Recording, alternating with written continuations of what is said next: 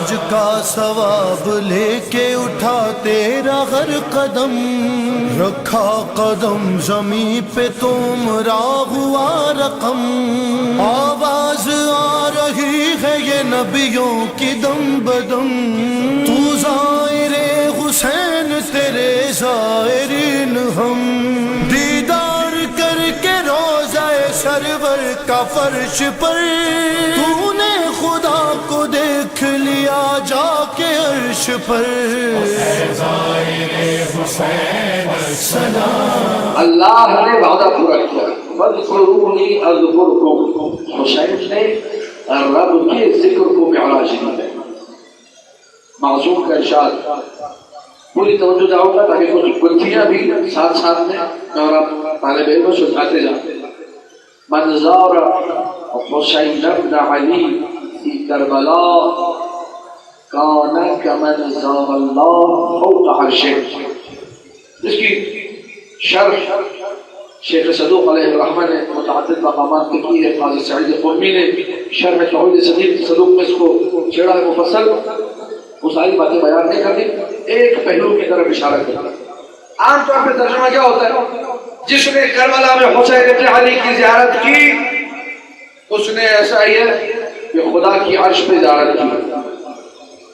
کوئی توجہ چاہیے، من زار حسین ابن علی فی کربلا، جس نے حسین کی کربلا میں زیارت کی اس نے خدا کی عرش پر، جبکہ ترجمہ غلط ہے، غیر دقیق ہے، تھوڑا سا اگر کوئی جامع المقدمات بھی ٹھیک سے پڑھا ہو وہی ترجمہ نہیں کرے، اس نے ہدایت سمجھے بھی ڈھنگ سے پڑھی ہو، وہ عبارت کو دیکھے گا کہ یہاں من لگا ہوا ہے، یہاں یہ نہیں ہے من زار حسین ابن علی فی کربلا زار اللہ فوق عرشہ، ایسا تو نہیں ہے، کانا کمن زار اللہ فوق عرشہ، جس نے حسین ابن علی کی زیارت کی کربلا میں، جملہ پھر دوہراؤں، حسین ابن علی نے ذکر خدا کو معراج عطا کیا اپنے عجیب و غریب ذکر کے ذریعے سے۔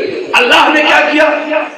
معصوم کی زبان سے جملے صادر کروایا، من زار حسین ابن علی فی کربلا، جس نے کربلا میں حسین ابن علی کی زیارت کی، کانا، یہ ظاہر کا من اس شخص کی مانتا، اس ہستی کی مانتا ہے، زار اللہ فوق عرشہ، کہ جس نے اللہ کی زیارت اللہ کے عرش کے اوپر کی ہے۔ اللہ کی زیارت اللہ کے عرش پہ جا کر کس نے کی ہے؟ بتائیے، اللہ کی زیارت اللہ کے عرش پہ جا کے کس نے کی ہے؟ اللہ کے رسول نے کی ہے۔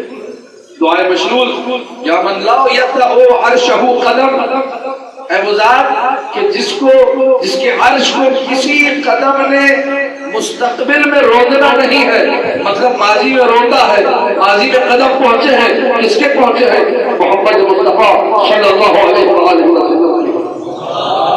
اللہم صلی علی محمد وآل محمد۔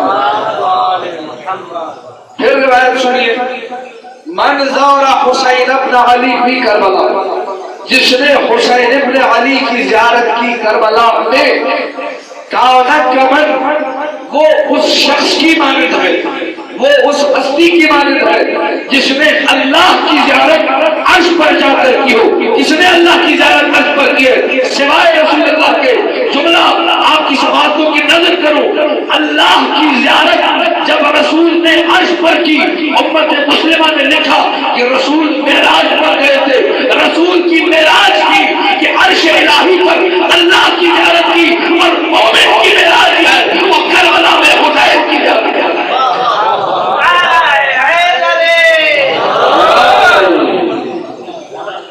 تشبیہ سمجھ میں آ گئی؟